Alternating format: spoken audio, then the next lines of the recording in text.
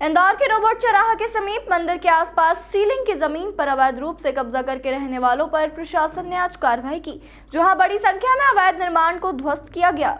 दरअसल बुधवार की सुबह शहर के रोबोट चौराहे के समीप निगम की जेसीबी बुलडोजर दल बल के साथ पहुंची और देखते ही देखते पुलिस टीम की मौजूदगी में एक के बाद एक कई अवैध निर्माण ध्वस्त कर दिए गए। एसडीएम घनश्याम धनगढ़ ने बताया कि करीब 1 एकड़ भूमि को आज अतिक्रमण मुक्त कराया गया। निगम और पुलिस बल की मौजूदगी में बड़ी संख्या में अतिक्रमण करने वालों ने कई भवन तान दिए थे, जिन्हें आज कोर्ट के आदेश के बाद जमींदोज कर दिया गया। कार्रवाई के दौरान कई लोग अपने अधिवक्ता लेकर रिमूवल अधिकारी व एसडीएम के पास पहुंचे और कार्रवाई रुकवाने की बात कही, किंतु कार्रवाई नहीं रुकी। वहीं दूसरी ओर मंदिर के पुजारी ने बताया कि उन्होंने मंदिर के समीप एक आश्रम बना रखा था, उसे भी गिरा दिया गया है। मंदिर के पुजारी और अधिवक्ता कार्रवाई में भेदभाव करने का आरोप भी लगा रहे थे। सर, ये 35 साल से इस मंदिर का मैं पुजारी हूँ और ये हमारे पिताजी ने कहते हैं 35 साल पहले ये प्लाट लिया था और यहाँ पर एक गट्टू पहलवान करके भूमाफिया है, उसी ने इस एरिया की समस्त शासकीय भूमि पर कब्जा करके अवैध रूप से अतिक्रमण करके कॉलोनियाँ काट दी। उस व्यक्ति ने ये पूरी 6.5 एकड़ में मारुति मंदिर कलेक्टर महोदय जिसके मालिक है उस पर कॉलोनी काटी, उस पर कोई कार्रवाई नहीं हो रही है। आम हम लोग जनता रहवासियों पर यह कार्रवाई हो रही है। आज इस मंदिर में आने वाले भक्तों के लिए मैंने ये छोटा सा आश्रम बनाया था, जिसमें 22 जनवरी को मैं रामलला जी की स्थापना करने वाला था और संत समाज आते हैं, कांवड़िया आते हैं। मंदिर के भक्त महिलाओं भजन मंडली के लिए बाथरूम टॉयलेट की व्यवस्था नहीं है, चाय पानी भोजन प्रसाद हम लोग भंडारे की व्यवस्था नहीं है। मंदिर के अलावा भी यहाँ पे आसपास अतिक्रमण था, कुछ और भी मकान बनाया हुआ है। हाँ जी, ये सामने पूरी कॉलोनियाँ हैं, 150 मकान हैं। इनको छोड़ करके मात्र 6 लोगों पर ये अवैध रूप से कार्रवाई कर रहे हैं। अगर करना है तो सभी पर समान रूप से एक समान कार्रवाई करें। आज हम लोगों को सब तरह से इन्होंने बर्बाद कर दिया। स्टे ऑर्डर आने के बाद भी इन्होंने सुनवाई नहीं की और लगातार एक तरफा जैसे कसम खा के आए हैं कि आज इसको तोड़ना है आश्रम को।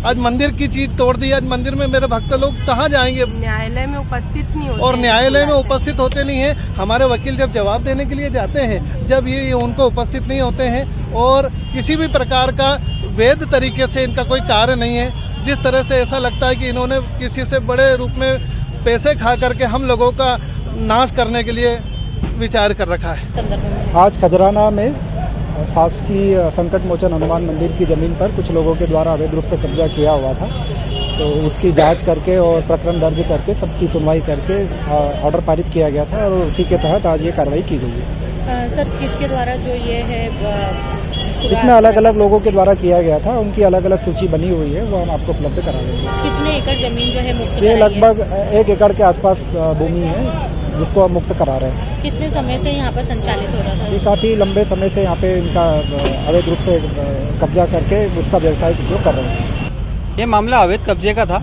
अवैध कब्जा और अवैध निर्माण को लेकर के था और इस मामले में पूरा कोर्ट के अंदर भी पूरे केसेस चल रहे थे।